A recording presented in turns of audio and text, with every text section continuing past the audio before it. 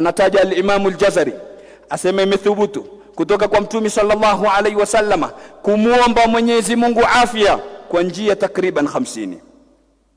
Imethubutu Mtume sallallahu alaihi wasallama kumuomba Mola wake afya kwa njia takriban 50. Akiamka tu Mtume sallallahu alaihi wasallama kwanza anamuomba Mwenyezi Mungu afya. Nenda katika hadithi iliyopokewa na al-Imam Abu Daud kutoka kwa Abdullah ibn Umar asema kuna maneno Mtume sallallahu alaihi wasallam alikuwa hayawachi asubuhi na jioni. Akipambazukiwa asubuhi na ikiingia jioni, Mtume sallallahu alaihi wasallam kila siku akisema maneno haya, akisema Allahumma inni as'aluka al-afwa wal-afiyah. Na katika riwaya Allahumma inni as'aluka al-afwa wal-afiyah wal-mu'afata ad-da'ima fi dini wa dunyaya wa ahli wa mali Allahumma astur awrati.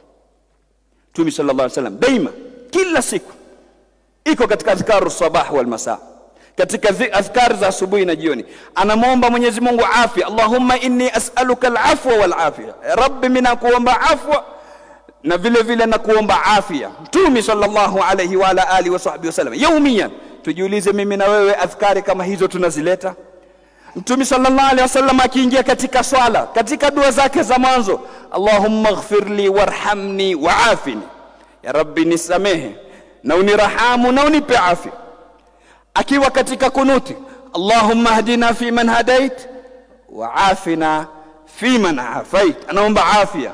Akiwa katika jalsa baina sajdataini, akiwa katika kikao kati ya sijida mbili, Allahumma ighfirli warhamni wa'afini.